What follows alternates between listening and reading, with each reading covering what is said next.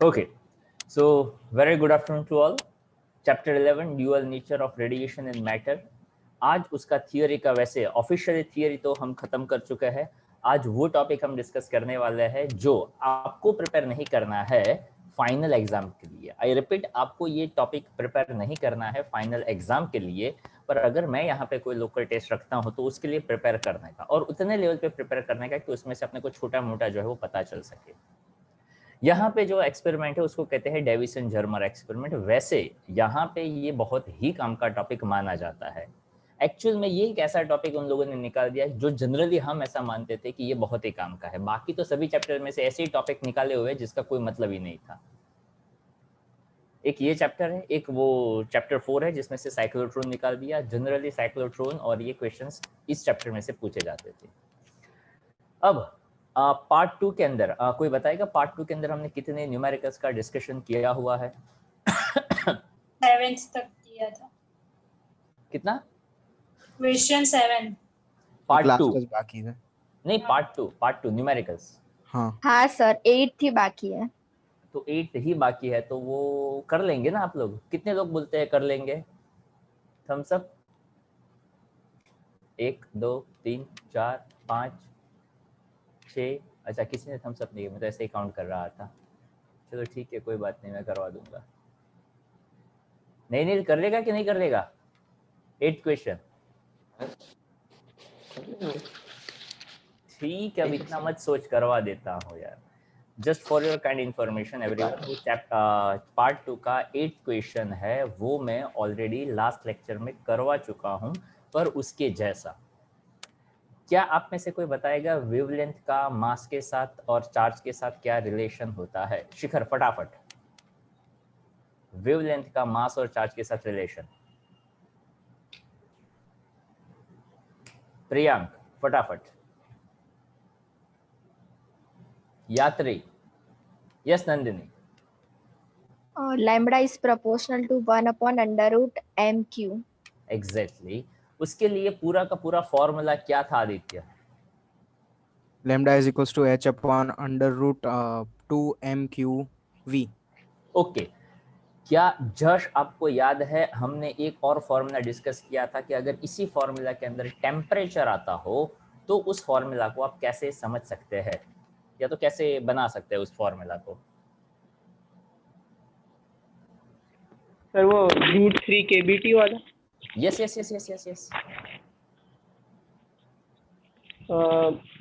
Lambda equals to h/√3 kBT. फिर से lambda is equals to h/√3 kBT.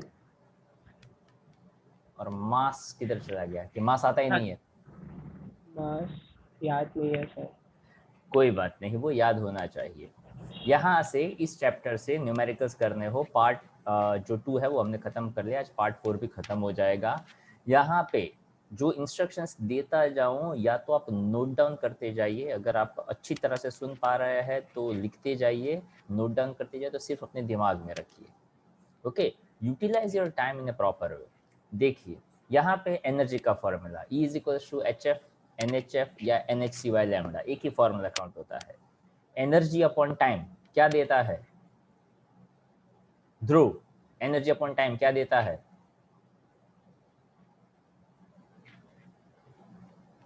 Yes anyone? Energy upon time. Rishi क्या दे? Power upon area. Rishi again बताइए क्या देता है power upon area? Intensity. Formula खत्म हो गए, इस चैप्टर के फॉर्मूला खत्म हो गए. हाँ, अब उसमें से आप नए फॉर्मेट निकालो तो बात अलग है. जैसे कि de Broglie wavelength lambda is equals to h/p, p is equals to mv हो गया.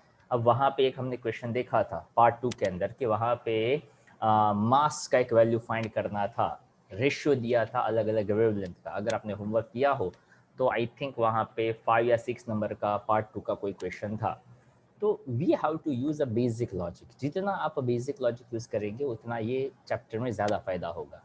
दूसरा, ये चैप्टर नेक्स्ट एटम्स, न्यूक्लियस, तीनों के तीनों चैप्टर ऐसे है जो स्टूडेंट्स को ऐसा लग रहा है कि ये मोर बेनिफिशियल है उसका मैक्सिमम बेनिफिट उठाएंगे, और बाकी लोग को ऐसा लगेगा कि अरे यार इसमें बहुत कुछ याद रखना है, वो एक्चुअल में इसका बेनिफिट नहीं ले पाएंगे। बट मेरी बात सुनो, सही तरीके से समझो, तो एटम, न्यूक्लियस और dual nature, it is just जैसे नहीं तो क्विक मनी वाला रास्ता है, उसी तरह से ये क्विक मार्क्स वाले चैप्टर्स है। ओके, कुछ ज्यादा दिमाग नहीं लगाना है, नो मोर लॉजिक्स। क्यों? क्योंकि यहाँ पे कोई नई बातें नहीं है, जो है ऐसा होता है। यूवी लाइट को इंसिडेंट करो तो हमें कुछ नहीं करना है, वो यूवी लाइट अपने आप कर देता है। जिंक प्लेट कुछ नहीं करता है, यूवी लाइट का जिंक के साथ ऐसा कुछ इंटरेक्शन होता है जिस वजह से इलेक्ट्रॉन बाहर आते हैं। तो हमने कुछ नहीं किया, वो हो ही रहा था। जब हमें पता नहीं था तब भी ये हो ही रहा था। एटम एटम होता है, आई थिंक मैंने लास्ट टाइम इसी को लेकर थोड़ा सा पॉइंट आपको बताया था कि फिजिक्स के अंदर काफी सारे पॉइंट्स ऐसे अब आएंगे जिसमें एटम एटम होता है, न्यूक्लियस न्यूक्लियस होता है, फिनोमिना हो ही रही है। बोहर हाइपोथेसिस तो उसने सोचा था, पर जो एटम था वो तो वही का वही था। तो अब देखिए यहाँ पे जो अब डिस्कस करने वाले हैं, that is a Davisson Germer experiment. तो डेविसन जर्मर एक्सपेरिमेंट है, उसमें बहुत ही सिंपल सा आइडिया जो है वो आप लगा सकते हैं।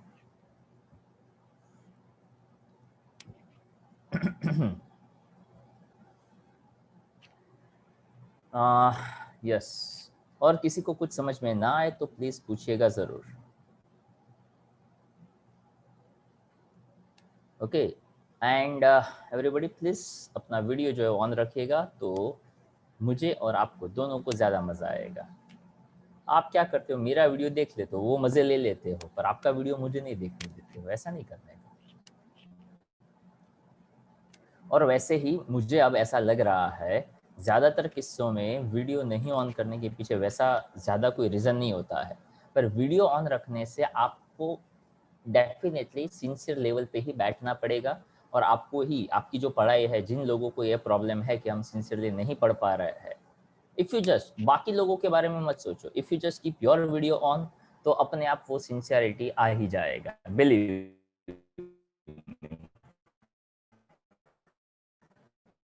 2-4 बार ऐसा चेक करके देखो कि हमारे वीडियो ऑन करने से हमारी पढ़ाई में सिंसियरिटी आती है कि नहीं आती है।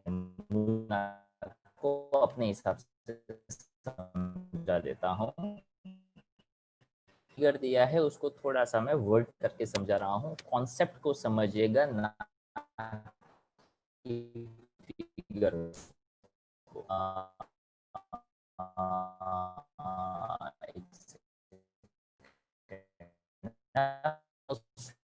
the wave nature of electrons। वैसे मैंने देखा हुआ है, गुजराती मीडियम में ऐसा लिखा था, डेविसन एंड गर्मर एक्सपेरिमेंट। अब जर्मर कहो या गर्मर कहो, इसको कोई प्रॉब्लम नहीं है, जिसको जो लगा वो पॉइंट। काफ़ी सारी ऐसी इन्वेंशंस जो होते हैं, वहाँ पे होता ये है कि वो करना चाहते हैं कुछ और हो जाता है कुछ। ये भी उसी का एक और एग्जाम्पल है।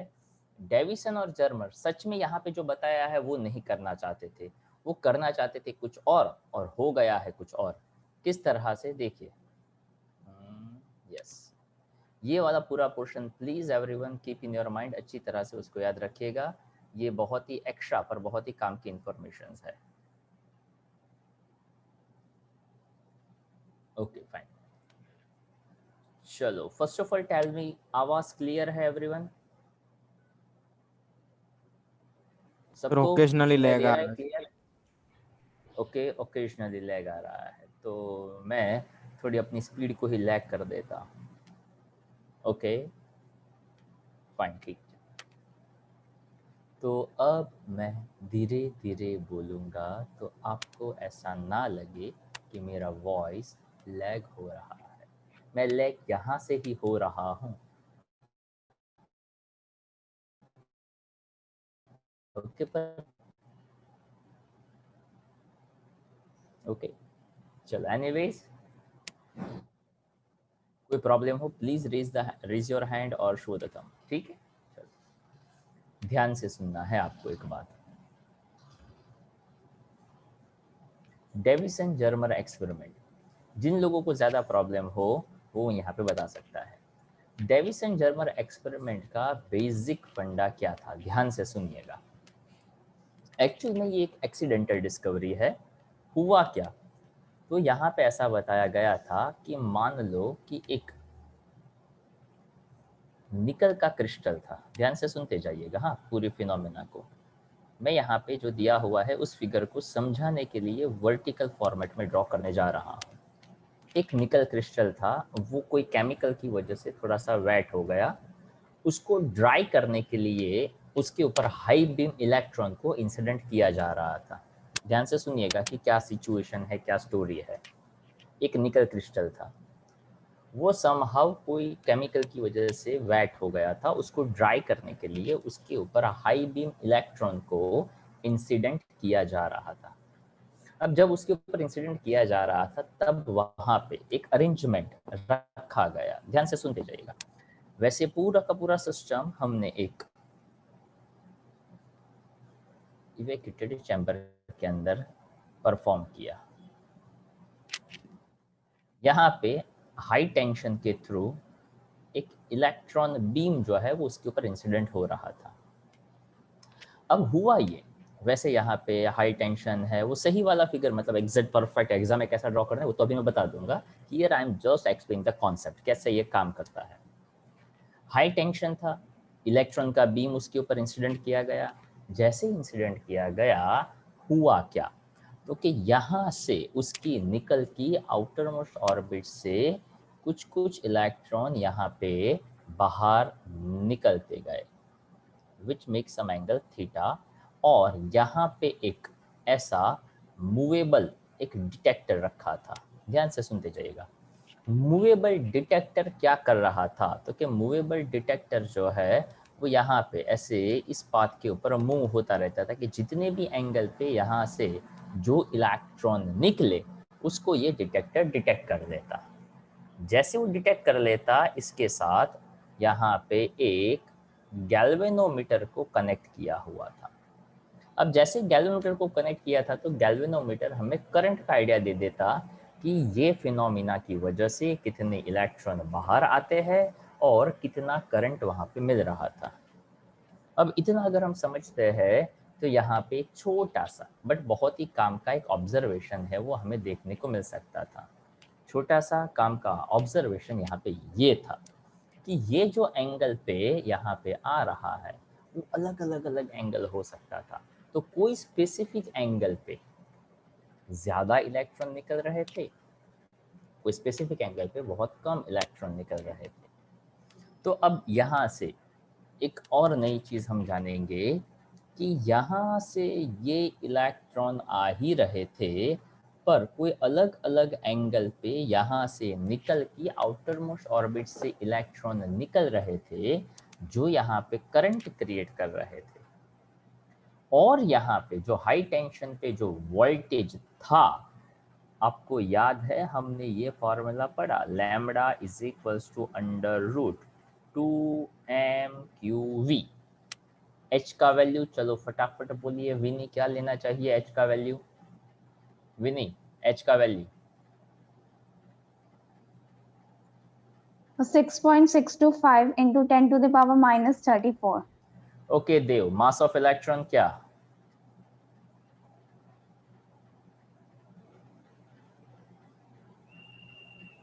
नहीं नील मास ऑफ इलेक्ट्रॉन क्या, याद होना चाहिए। ये सभी वैल्यू अपने को याद होनी चाहिए और मैंने याद रखने का तरीका भी बताया है। मीत मास ऑफ इलेक्ट्रॉन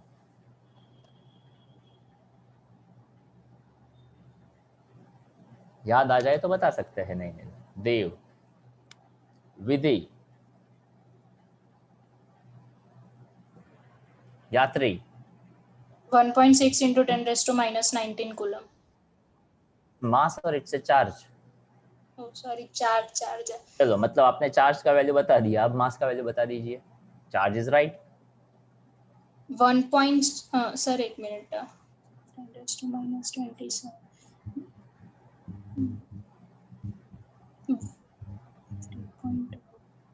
खुशी Panchal, Yes, sir. 9.1 into 10 raised to 31. you missed a very important point. 9.1 into 10⁻⁻, -31. हाँ -31 आएगा ना। तो वो तो यार बहुत एकदम अच्छी तरह से दिमाग में सेट हो जाना चाहिए। क्या हमने इलेक्ट्रॉन को देखा है, हाँ या ना? नहीं देखा ना। अगर 10⁻31 जितना मास होता तो सोचिए ऑब्जेक्ट कितने बड़े बड़े होते।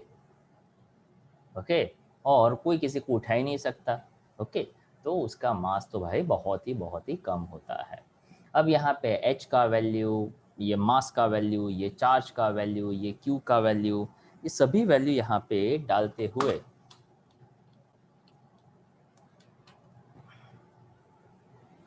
ओके, ये सभी वैल्यू h का वैल्यू, चार्ज का वैल्यू, मास का वैल्यू डाल दिया, और यहाँ पे जो वोल्टेज वैल्यू, एक स्पेसिफिक वैल्यू लिया, तो उसके हिसाब से मुझे जो वेवलेंथ मिला वो वेवलेंथ एक स्पेसिफिक वेवलेंथ बना, और उसके हिसाब से मुझे पता चला कि ये जो पार्टिकल था वो पार्टिकल वेव के जैसा बिहेव कर रहा था। I repeat my whole point. हमने यहाँ पे हाई टेंशन वोल्टेज दिया, इलेक्ट्रॉन बीम को निकल पे इंसिडेंट किया, निकल ने इलेक्ट्रॉन बाहर इजेक्ट किए, अलग अलग एंगल पे इजेक्ट किए, जिसको एक डिटेक्टर ने, इसको आप मूवेबल डिटेक्टर नाम देना चाहो तो दे सकते हो, मतलब उसकी टर्मिनोलॉजी में बता रहा हूँ। मूवेबल डिटेक्टर के साथ एक गैल्वेनोमीटर को कनेक्ट किया था, जिसने करंट कितना होता है वो अपने को बताया। Now as per the formula lambda is equal to h upon √2 mqv, वैसे ये फॉर्मूला 2 स्टेप से डिराइव हुआ था। कोई फटाफट बता सकता है ये फॉर्मूला हमने कैसे डिराइव किया था? Just would you like to try? h/p था पहले, यस, फिर h/√2mk। वो कहाँ से आया? मोमेंटम का रिलेशन लिया था काइनेटिक एनर्जी के साथ। परफेक्ट परफेक्ट, क्या था वो रिलेशन?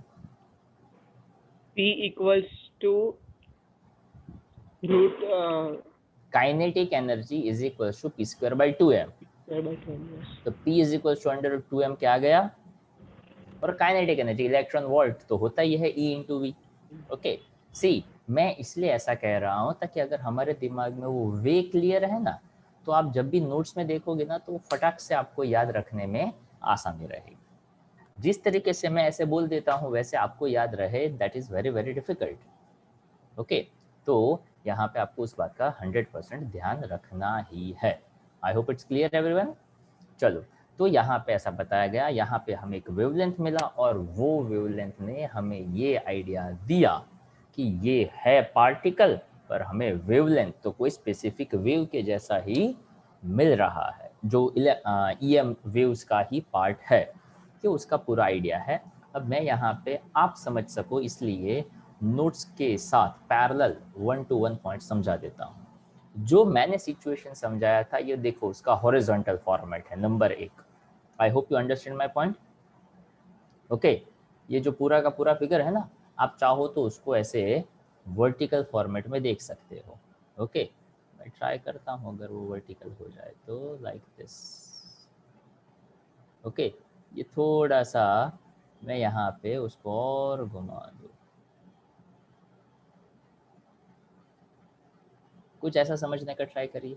ओके, यहाँ पे लेबलिंग है वो उसके हिसाब से समझिए।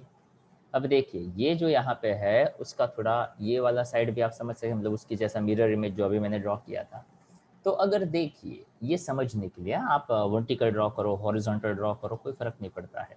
सी our main part nickel crystal, तो निकल क्रिस्टल के ऊपर यहाँ पे हाई वोल्टेज, ये HTB का मतलब क्या करेंगे? High tension battery. परफेक्ट है। तो देखो हाई टेंशन बैटरी के लिए वैसे काफी लोगों को पता होता है, ये बैटरी फिक्स्ड वोल्टेज देता है। अगर आप ऐसी बैटरी बनाते हैं, इसका मतलब ये है कि हमने थोड़ी ज्यादा बैटरीज लगाई। यहाँ पे आप देखो बीच में एरो दिखाया है, डॉट डॉट डॉट किया हुआ है, so this shows this is a variable battery, मतलब हम उसमें वोल्टेजेस ज्यादा दे सके। तो यहाँ पे एक LTB यानी लो टेंशन बैटरी, एक हाई टेंशन बैटरी था। हाई टेंशन बैटरी को यहाँ पे एक एनोड के साथ और एक फिलामेंट के साथ कनेक्ट किया। अब ये थोड़ी डिटेलिंग वाला है, वो आप 2 बार प्रैक्टिस करेंगे तो पता चल जाएगा। So main part high tension battery के साथ एक एनोड था, यहाँ पे लो टेंशन बैटरी और एक फिलामेंट था। यहाँ से ये जो निकल रहा है ना डॉटेड लाइन से, that is called as a beam, electron beam, incident that electron beam. तो देखो यहाँ से ये इलेक्ट्रॉन बीम आया और यहाँ से वो निकला। यहाँ पे देख सकते हैं, आपकी नोट्स में भी लिखा होगा डिफ्रैक्टेड इलेक्ट्रॉन बीम। अब ध्यान से इस बात को समझिएगा, काफ़ी लोग इसको थोड़ा डिफ्रेंशिएट नहीं कर पाते, इसलिए ज़्यादा बता रहा हूँ। इलेक्ट्रॉन बीम इधर भी है, इलेक्ट्रॉन बीम इधर भी है। ये इलेक्ट्रॉन इसमें से निकले वो है, और ये जो इलेक्ट्रॉन जा रहे हैं वो निकल क्रिस्टल की आउटर मोस्ट ऑर्बिट में से जो जा रहे हैं ना, वो इलेक्ट्रॉन है। यहाँ पे एक गैल्वेनोमीटर था और इसको कहा है मूवेबल डिटेक्टर या तो मूवेबल कलेक्टर। आई होप आपको पूरी फिनोमेना समझ में आई। क्या किया, हाई टेंशन बैटरी, लो टेंशन बैटरी एक एनोड के साथ कनेक्ट किया, एनोड में से एक इलेक्ट्रॉन बीम निकल क्रिस्टल के ऊपर इंसिडेंट किया, उसने फाई एंगल पे, अब ये बात को समझिएगा, फाई एंगल पे मूवेबल कलेक्टर ने उसको कलेक्ट किया, उसने यहाँ पे डिटेक्ट किया उसको। तो यहाँ पे जैसे ये डिटेक्ट हुआ, कितना करंट फ्लो करता है उसका हमें पता चला। So here the electrons emitted by the hot filament of an electron gun are accelerated by applying a suitable potential difference between the cathode and anode. तो इसको आप कैथोड और इसको आप एनोड कह सकते हैं। तो पहला पॉइंट फिगर का एक्सप्लेनेशन। दूसरा पॉइंट भी देखिएगा, हाँ ये जो टर्मिनोलॉजी है ना, वो मैं नहीं समझता हूँ कि वो आपको याद ही रखनी चाहिए। जैसे कि the fine collimated beam of electrons, अब उसकी बजाय सीधा सीधा आप लिख सकते हैं just electron beam from the electron gun is directed against the face of nickel crystal. I repeat, collimated beam ऐसा दिखने की कोई ज़रूरत नहीं है। काफ़ी सारे स्टूडेंट्स को उन बातों में प्रॉब्लम आती है, तो आपके पास नोट्स हो तो आप नोट्स में एक करेक्शन कर दो, collimated नहीं चाहिए भाई अपने को वर्ड, क्या लिखना चाहिए, तो कि just the beam of electron from the electron gun is directed against the nickel crystal के ऊपर उसको हमने इंसिडेंट किया। तीसरा point again figure based, the crystal is capable of rotation about an axis perpendicular to the plane of paper. अब इसको समझने का ट्राई करिएगा कि वहां पे जो क्रिस्टल रखा है ना, वो ऐसा है, देखिएगा यहाँ पे डॉटेड लाइन के साथ उसको दिखाने का ट्राई किया है।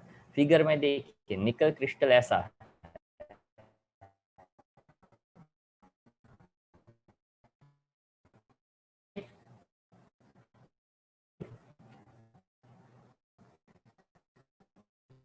ये यहाँ पे इंसिडेंट हुआ, अब ये यहाँ पे ऐसे अपने आप मूव हो सकता है। ओके, इसके हिसाब से यहाँ पे अलग अलग इलेक्ट्रॉन जो है वो आ सकते थे।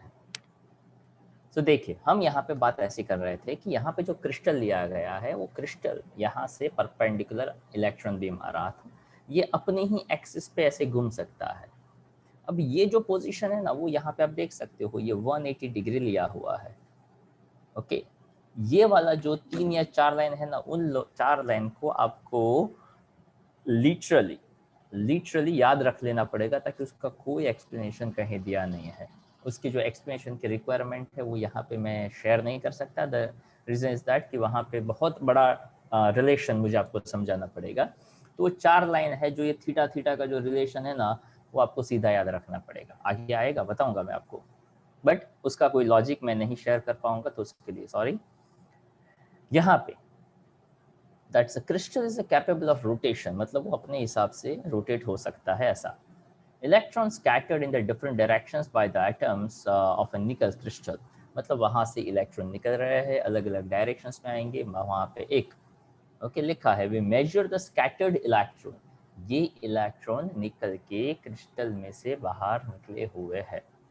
Okay, received by a movable detector which is just electron collector. तो आप मूवेबल डिटेक्टर कहो या कलेक्टर कहो, बात एक ही है। We measure the scattered electron intensity as a function of scattering angle phi। यहाँ से थोड़ा सा पॉइंट थोड़ा सा ट्रिकी जाएगा, but don't worry, final exam के लिए उसको लर्न नहीं करना है, तो सिर्फ समझते जाइए, जितना समझ में आता है उतना अपने पास रखिए, otherwise just relax. The angle between the incidence and the scattered electron beam, अब इसके लिए मैं यहाँ पे फिगर शेयर कर रहा हूँ, आपके सामने है ही वैसे, पर स्क्रीन में बता रहा हूँ। सी ये फाई एंगल जो स्कैटर्ड इंसिडेंट हुआ वो और स्कैटर्ड हुआ वो, उसके बीच में जो एंगल है उसको उसने फाई एंगल कहा। अब ये जो स्कैटर्ड हुआ वो और ये जो इसका परपेंडिकुलर डायरेक्शन था उसके बीच में कितना एंगल लिया है, थीटा जितना एंगल लिया है। ये 2 पॉइंट आपके सामने रखिएगा, आप नोट्स जो है उसको अपने सामने रखिएगा तो मेरी बात ज़्यादा समझ में आएगी। ओके, वो जो 4 लाइन याद रखनी है पहले वो मैं बताता हूँ, वो एंगल का जो रिलेशन है वो देखिए। एक एंगल इंसिडेंट हुआ, स्कैटर्ड हुआ, वहां पे एंगल फाई बनाया, इसके साथ जो एंगल था बड़ा वाला उसको थीटा कहा, इस साइड छोटा वाला था। मतलब अगर कोई स्ट्रेट लाइन आप लेते हैं तो स्ट्रेट लाइन का टोटल एंगल कितना होता है, 180 डिग्री होता है। तो आपको इतनी जो लाइन है वो याद रखनी है डायरेक्टली विदाउट एनी लॉजिक। हाँ, इतना पता चल सकता है कि ये थीटा 180 कैसे हुआ। इंसिडेंट हुआ जो परपेंडिकुलर था, इसके इस साइड वाला एंगल थीटा, आप अपना फिगर देखते जाइएगा। इंसिडेंट और स्कैटर्ड के बीच का एंगल फाई, स्कैटर्ड और फिर से वो जो हॉरिजॉन्टल लेंथ है उसके बीच का एंगल फिर से थीटा। तो टोटल 3 एंगल दिख रहे हैं, तीनों का टोटल एडिशन 180 हो रहा है, इतना पता चल रहा है। उसमें से अगर मैं थीटा को सब्जेक्ट ऑफ इक्वेशन बनाना चाहता हूँ तो देखिए, theta plus theta that's 2 theta plus phi that is 180। यहाँ पे एक छोटा सा पॉइंट मैं ऐड कर देता हूँ दैट इज 180। ठीक है, अब इसमें से मैं फाई को सब्ट्रैक्ट कर दूँ तो 2 थीटा इज इक्वल्स टू, वो पॉइंट भी लिख दूँ 180 minus phi, and this convert into this 90 minus 5/2।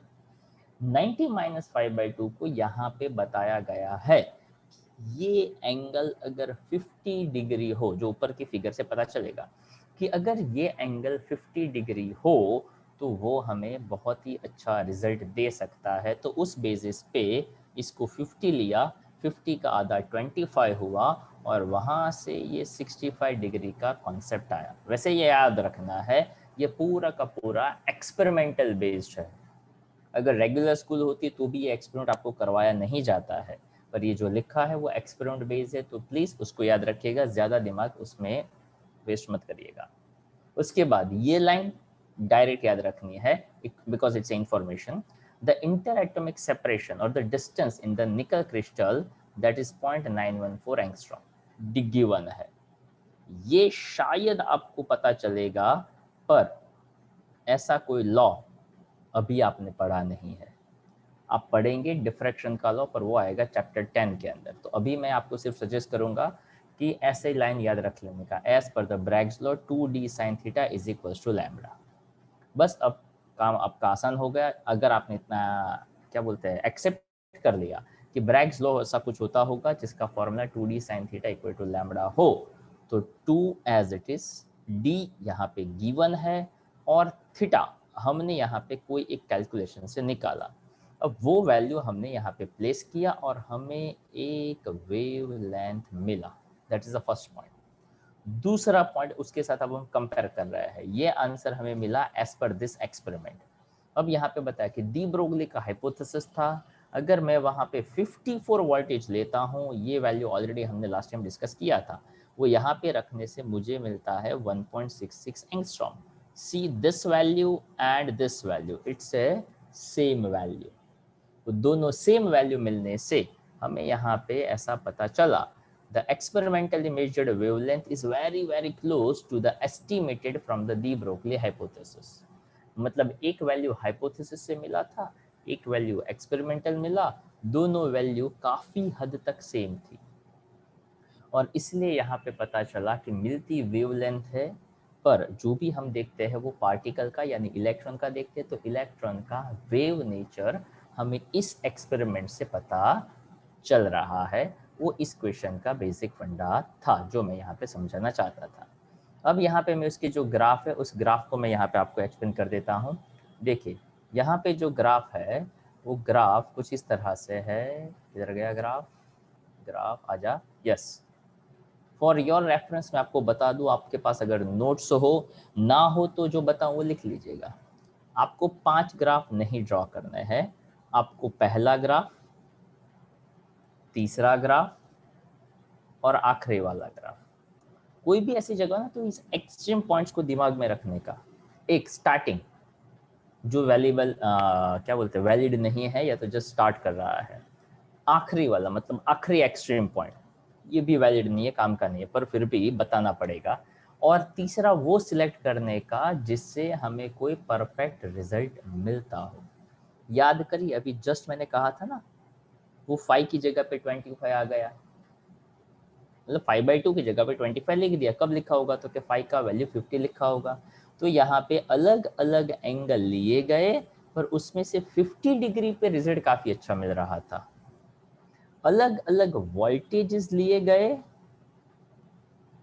पर 54 पे रिजल्ट अच्छा मिल रहा था। याद करिए, देखिए नीचे लिखा था दी ब्रोगली वेवलेंथ, वहां पे रूट वी में वी का वैल्यू 54 लिया और 1.66 एंगस्ट्रॉम मिला। और वैसे यहाँ पे आपके पास नोट्स हो और लिखना चाहो तो आप इसको कह सकते हैं phasor graph. Okay sorry, phasor क्या, पोलर ग्राफ। क्या कहेंगे इसको आप, polar graph. It's just additional information. Why we called is a polar graph. अगर मैं किसी को पूछता ना तो आप ऐसा कहते this is X axis, this is Y axis, और ये गलत है। आई रिपीट, ना ये एक्स एक्सिस है ना ये वाई एक्सिस है, ऐसा कुछ नहीं करना है। जो दिया है वो परफेक्ट है, बरोबर है। ऐसा कैसे, क्योंकि यस अब यहाँ पे इस लाइन को, जो ऊपर मैंने फिगर ड्रॉ किया है ना, जो लाइन इलेक्ट्रॉन की, इलेक्ट्रॉन गन की निकल रही थी और निकल क्रिस्टल के ऊपर इंसिडेंट हो रही थी, आप इसको वो लाइन समझिए। और ये जो लाइन निकल रही है उसको वो स्कैटर्ड वाली लाइन समझिए। तो इंसिडेंट और स्कैटर्ड इलेक्ट्रॉन के बीच का रिलेशन जो ग्राफ समझाता था उसको यहाँ पे नाम दिया गया है polar graph. So it is just information. Okay, अब यहाँ पे जो इंफॉर्मेशन दिया उसी का एक्सप्लेनेशन, पहला फिगर, दूसरा, तीसरा, 5 फिगर बन गए। तो यार एक्सप्लेनेशन कितना मजेदार, 5 लाइन तो मिल ही जाएगी। पर देखो अलग अलग वोल्टेजेस दिए, कौन सा वोल्टेज काम का है,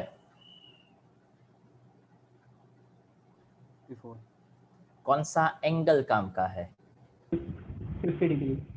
तो क्या आपके एक्सप्लेनेशन में वो दो बातों को इंडिकेट करवा देने का। We have some different variation in that accelerating voltage from 54 to 68। Starting बताया, एंड बताया, पर काम का कौन, तो के 54। Clearly there is a strong peak corresponding to the sharp diffraction, maximum the electron distribution at an accelerating voltage 54 volt and angle 50 degree। वैसे ये फिनोमेना एक्सपेरिमेंटल फिनोमेना है, वो हम यहाँ दिखा भी सकते हैं, बट मुझे ये नहीं लगता है कि वो दिखाने के लिए जो भी मुझे टाइम देना चाहिए उसी को यहाँ पे ज़रूरत है। तो मैं अपना काम यहाँ पे एक्सप्लेनेशन से ही ख़त्म कर देता हूँ। ओके, उसके बाद ये कंस्ट्रक्टिव इंटरफेरेंस, शायद आपने नाम सुना हो सकता है। केमिस्ट्री के अंदर डिफ्रैक्शन, इंटरफेरेंस ऐसे वर्ड्स आते हैं। फिजिक्स में भी आएगा पर वेव ऑप्टिक्स में आएगा। कंस्ट्रक्टिव इंटरफेरेंस मैंने सुना था, केमिस्ट्री में किसी ने सुना है constructive interference and destructive interference? सिर्फ इंटरफेरेंस सुना है। Okay fine. तो देखो यहाँ पे मैं बहुत सिंपल सी बात समझा रहा हूँ, ध्यान से देखिएगा। ये एक वेव है, राइट? ये एरो इंडिकेट कर रहा है कि वो इधर से आ रहा है, ये एरो इंडिकेट कर रहा है कि वो यहाँ से आ रहा है। अब दोनों एरो इस तरह से मिले, मैं इसको यहाँ पे जो क्रेस्ट है उस सबके नंबर दे दो, 1 2 3 4। 11th માં હતું ને કદાચ ફિઝિક્સમાં વેવ્સમાં એમાં હતું પણ એ आई थिंक हाँ वहाँ पे था, વેવ મોટી થઈ જતી હતી। हाँ यस हाँ यस था, पर वहाँ पे इतना ज़्यादा वो कंस्ट्रक्टिव और डिस्ट्रक्टिव शायद मुझे याद नहीं है, पर ताकि कंस्ट्रक्टिव डिस्ट्रक्टिव को हम 11th में नहीं इंट्रोड्यूस करते हैं, पर थोड़ा बहुत अगर आपको याद हो तो डिस्ट्रक्टिवમાં वेवलेंथ ઓછી થઈ જતી હતી ને 0 થઈ જતી હતી। हाँ परफेक्ट, ऐसा समझिए कि अगर वो सेम वेव लेंथ है उसका, या तो सेम क्रैश सेम ट्रफ है, तो अगर क्रस्ट मिलेगा तो एम्पलीट्यूड बढ़ जाएगा, not about the wavelength but amplitude बढ़ जाएगा। जहां पे एम्पलीट्यूड बढ़ गया उसको कहते हैं कंस्ट्रक्टिव, जहां पे क्रैश और ट्रफ मिले तो पूरा का पूरा एम्पलीट्यूड क्या हो गया, 0 हो गया, उसको कहते हैं डिस्ट्रक्टिव इंटरफेरेंस। मतलब डिस्ट्रक्टिव में माइनस हो जाएगा। हाँ, एम्पलीट्यूड है ना, समथिंग लाइक दैट कि ये एम्पलीट्यूड था, किसी का ये एम्पलीट्यूड था, दोनों मिले तो टोटल कितना हो गया, तो कि टोटल इतना हो गया। अंडरस्टैंड? अब मान लो ये क्रेस्ट था, ये ट्रफ था, अब ये दोनों जहां मिले तो वहां पे टोटल क्या हो जाएगा, तो उसका जो डिफरेंस बचा ना उसको constructive something addition, destructive something diffraction, sorry subtraction ऐसा कह सकते हैं। ओके, डिस्ट्रक्टिव मतलब हमने उसमें से कुछ कम कर दिया, ऐसा आप समझिए। तो पूरा क्वेश्चन जस्ट मुझे बताना था इसलिए मैंने बता दिया, ताकि मुझे ऐसा ना लगे कि मैंने उसको स्किप करवा दिया। ओके, मुझे सुनना था, मैंने आपको बता दिया, आपने सुनना था इसलिए आपने सुन लिया, इतना रखिएगा, दैट्स बेटर फॉर यू। अब यहाँ पे देखिए फर्स्ट क्वेश्चन, चलो 1 to 8 में किसी को कोई डाउट? एक छोटा सा पॉइंट मैं आपको बता दूं, आप पूछे उससे पहले। यहाँ पे एक क्वेश्चन के अंदर ऐसा बताया था, वो थ्रेशोल्ड फ्रीक्वेंसी को लेकर एक क्वेश्चन है। अलग अलग किधर गया वो क्वेश्चन? आप अपने नोट्स में देखिए, एक क्वेश्चन में ऐसा दिया गया है, हाँ ये ही है, आई थिंक थर्ड क्वेश्चन की लास्ट लाइन है ना, मैंने वहां पे चेंज किया। वहां पे देखिए ऐसा, ये तो एक मैंने रैंडम डेटा दिया। पार्ट 2 थर्ड क्वेश्चन, ये वाली लाइन वहां पे दिया है, with work function from the table 11.1 notes के अंदर दिया है ऐसा कुछ? Yes sir. हाँ, तो वो table 11.1 that is relation with the text book. Okay, तो टेक्स्ट बुक का वहाँ पे कनेक्शन जो है वो आपको लेना है, बट आई सजेस्ट कि वैसे आपको ओवर फंक्शन का कॉन्सेप्ट पता है, आप जो भी लाइट इंसिडेंट करते हो वो लाइट थ्रेशोल्ड फ्रीक्वेंसी से कैसा होना चाहिए, ज़्यादा होना चाहिए। मतलब जो भी वर्क फंक्शन है वो थ्रेशोल्ड से ज़्यादा होगा तो ही तो काम का है। तो मैंने यहाँ पे अभी जस्ट चेंज कर दिया कि मान लो 2.75, तो यहाँ पे अलग अलग 3 लाइट थी, 3 अलग अलग वेवलेंथ थी। अगर 2.75 थ्रेशोल्ड है तो क्या ये वायोलेट जिसका एनर्जी 3.19 इलेक्ट्रॉन वोल्ट है, तो क्या ये फोटो इलेक्ट्रिक इफेक्ट दे सकेगा, हाँ या ना? हाँ दे सकेगा। दूसरा येलो ग्रीन है जिसका मिनिमम मैक्सिमम 2.26 है, पर हमारी मिनिमम रिक्वायरमेंट कितनी है, 2.75। तो क्या ये फोटो इलेक्ट्रिक इफेक्ट दे पाएगा? नो। 1.64 ये दे पाएगा? नो। मतलब क्या, तो कि यहाँ पे आइडिया बहुत ही क्लियर सा है कि जो थ्रेशोल्ड फ्रीक्वेंसी से ज़्यादा एनर्जी देगा वही यहाँ पे फोटो इलेक्ट्रिक इफेक्ट दे पाएगा। हाँ, उसका एक्सप्लेनेशन है वो टेबल बेस ही दिया हुआ है, तो ऐसा किसी को कंफ्यूजन ना हो कि ये टेबल कहाँ देखने का, ये डेटा मुझे कहाँ से लेने का। ओके, तो यहाँ पे जो आंसर्स दिए गए हैं, अगर ऐसा हो तो आप टेक्स्ट बुक में से वो टेबल देखिएगा कि उसी के हिसाब से दिया है। You know the basic concept, तो कोई टेंशन नहीं रहेगा। हमने 4th 5th आई थिंक कर दिया हुआ है। 6th में हमने फॉर्मूला बताया था आप लोगों को, किसी को कोई डाउट हो तो बताइएगा। ओके, 7th, यस 7th जो है उसका भी हमने डिस्कशन किया था थोड़े अलग तरीके से, lambda is equal to h upon under root 2 mqv वाला। Now it is about 8th question. देखिए 8th क्वेश्चन भी मैंने लास्ट टाइम करवाया था, प्रोटॉन, अल्फा पार्टिकल और ड्यूटेरॉन के रिलेशंस को लेकर। यहाँ पे बताया है electron, alpha particle and proton को लेकर have the same kinetic energy. मतलब ये जो फॉर्मूला है उसमें Q K सेम ले लो, K सेम ले लिया तो वेवलेंथ का रिलेशन किसके साथ आएगा, मास के साथ आएगा। इलेक्ट्रॉन, अल्फा और प्रोटॉन, चलो मास की वैल्यू कोई बताएगा, मास of electron, mass of proton and mass of alpha particle, कौन बड़ा कौन छोटा? अल्फा सबसे बड़ा। हाँ very good. Mass of alpha कितना लेंगे आप, वो लास्ट टाइम मैंने लिखवाया था। 4 times। तो कैसे याद रखेंगे हीलियम न्यूक्लियस को, 2He4 2He4। आता है कुछ मैंने। Okay, so this is a 4 times mass of proton, तो m अल्फा सबसे ग्रेटर, उसके बाद mp और सबसे लिस्ट me। ये यहाँ पे इनवर्स रिलेशन में है, तो जिसका मास सबसे छोटा उसका वेवलेंथ सबसे ज्यादा। तो अगर इसको मैं वेवलेंथ के टर्म में लिखना चाहूँ तो ये ऑर्डर कैसा बन जाएगा, रिवर्स। तो तो रिवर्स भी बन सकता है, या तो मैं पहले लैम्डा ई लिख दूं, इज ग्रेटर, ऐसा भी लिख सकता हूँ ना मैं, यस सर। चलेगा ये रिलेशन? Yes, sir. हाँ, so don't look at that कि इसमें भी ग्रेटर ग्रेटर कहा, ये उल्टा कहाँ हुआ भैया, उल्टा हो गया ताकि मैंने साइन को उल्टा नहीं किया, मैंने ये वैल्यूज थी उसी को उल्टा कर दिया। Understand my point? Yes, चलो, sir. तो ये हो गया आपका क्वेश्चन नंबर 8। आप वहाँ पे देख सकते हैं सीधा सीधा relation, lambda E much much greater than lambda P is greater than lambda A, या तो अल्फा। ठीक है, यहाँ पे आप ए समझिए या तो उसको आप अल्फा समझिए। आपके पास फिजिकल कॉपी हो और आप अल्फा बनाना चाहो तो आप बना सकते हैं। पार्ट 4 में से कोई क्वेश्चन मैंने दिए थे आई थिंक होमवर्क में। 1, 2, 3. ओके, चलो 1 2 3 में कई जगह पे आपका कोई ध्यान हुआ, कोई प्रिंटिंग मिस्टेक या कोई कंट्रोवर्सी वाला? एक था उसको आई थिंक हमने लास्ट टाइम डिस्कस किया ना। हाँ, वो सेकंड क्वेश्चन है. हाँ, सेकंड क्वेश्चन, तो वो तो हमें पता चल गया कि सेकंड क्वेश्चन में से ये हमें निकाल देना है, राइट? तो उतना मैं पोर्शन यहाँ से ही डिलीट कर दूँ तो अच्छा रहेगा।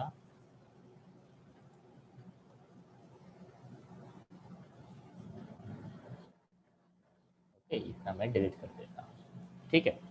चलो, इसके अलावा 1 2 3 दिए थे, 1 2 3 4 1 2 3 1 2 3। चलो 1 2 3 में किसी को कोई प्रॉब्लम, कोई डाउट? वैसे डाउट हो ऐसे क्वेश्चंस थे नहीं, फिर भी अगर किसी को हो, कोई जगह पे कोई प्रिंटिंग मिस्टेक ऐसा कुछ हो और आप बताना चाहे तो बता सकते हैं। चलो, फोर्थ क्वेश्चन में जो स्टूडेंट अपना फीडबैक देना चाहे वो अपना माइक ऑन रखे। Monochromatic light of wavelength lambda दिया गया, produce by a helium neon laser that's a टिलिक पावर। ओके, तो ये तो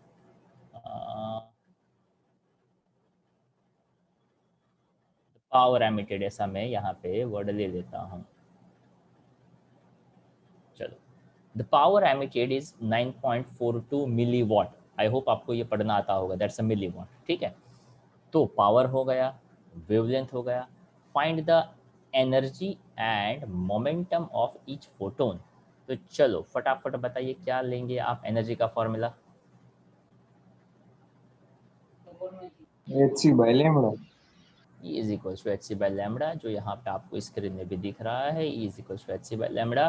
यहाँ पे एनर्जी जो भी मिलेगा वो जूल में मिलेगा। जूल से इलेक्ट्रॉन वोल्ट में कैसे कन्वर्ट करेंगे?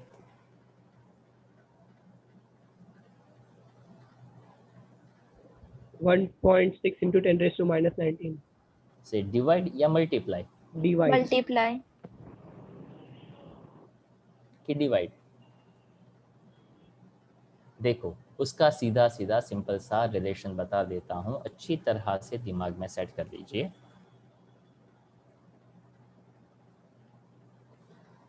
वन इलेक्ट्रॉन वोल्ट हो तो 1.6 इंटू 10⁻⁻19 से मल्टीप्लाई किया जाता है, मतलब electron volt two joule multiply आता है।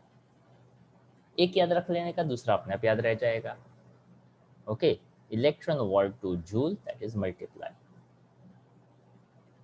ओके, तो जूल से इलेक्ट्रॉन वोल्ट में जाना हो तो क्या करेंगे आप? डिवाइड कर देंगे। Understand my point? तो देखो यहाँ पे बता देते हैं, अगर रिक्वायर्ड हो और उसने कन्वर्ट किया हो तो।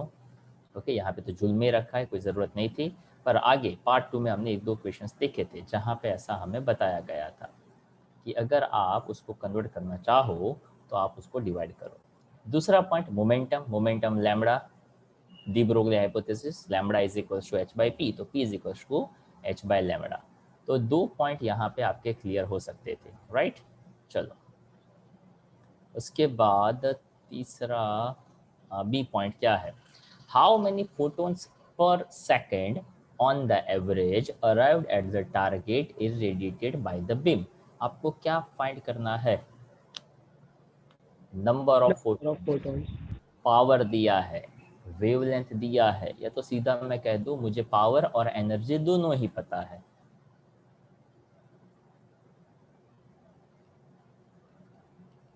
NhC बाय लैम्डा कहते थे, बरोबर है ना पावर का formula? Yes sir. I T कह दो।